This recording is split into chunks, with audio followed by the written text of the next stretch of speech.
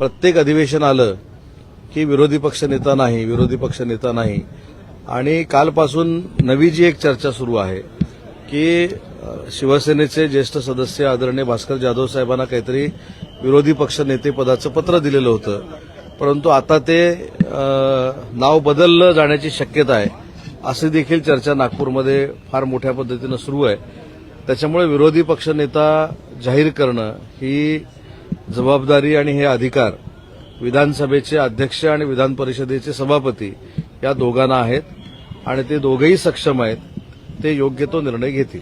भास्कर जाधव यांचं नाव निश्चित करण्यात आलं होतं, मात्र आता ते मागे पडल्याने आदित्य ठाकरे यांच्या नावाची आग्रही भूमिका ठाकरे गटाकडून ठेवण्यात येते।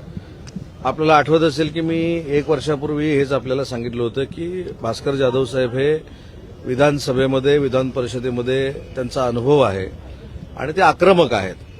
त्याच्यामुळे ती आक्रमकता स्वतःच्याच पक्षावर उलटू नये यासाठी त्यांच्या समाधानासाठी तुम्हाला आम्ही विरोधी पक्षनेते करतो हे सांगून हे पत्र देऊन त्यांना थांबवण्याचा प्रयत्न होता, त्यांचं समाधान करण्याचा प्रयत्न होता।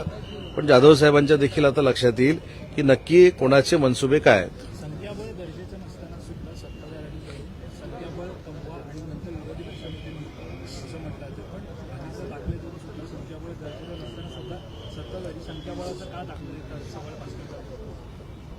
मी याचंच उत्तर दिलं की याचे सगळे अधिकार जे आहेत ते विधानसभेचे अध्यक्ष आणि विधानसभेच्या सभापतींना आहेत। विधान परिषदेचा विरोधी पक्षनेता जर करायचा असेल तर सभापती निर्णय घेतात आणि विधानसभेचा विरोधी पक्षनेता जर करायचा असेल तर अध्यक्ष निर्णय घेतात।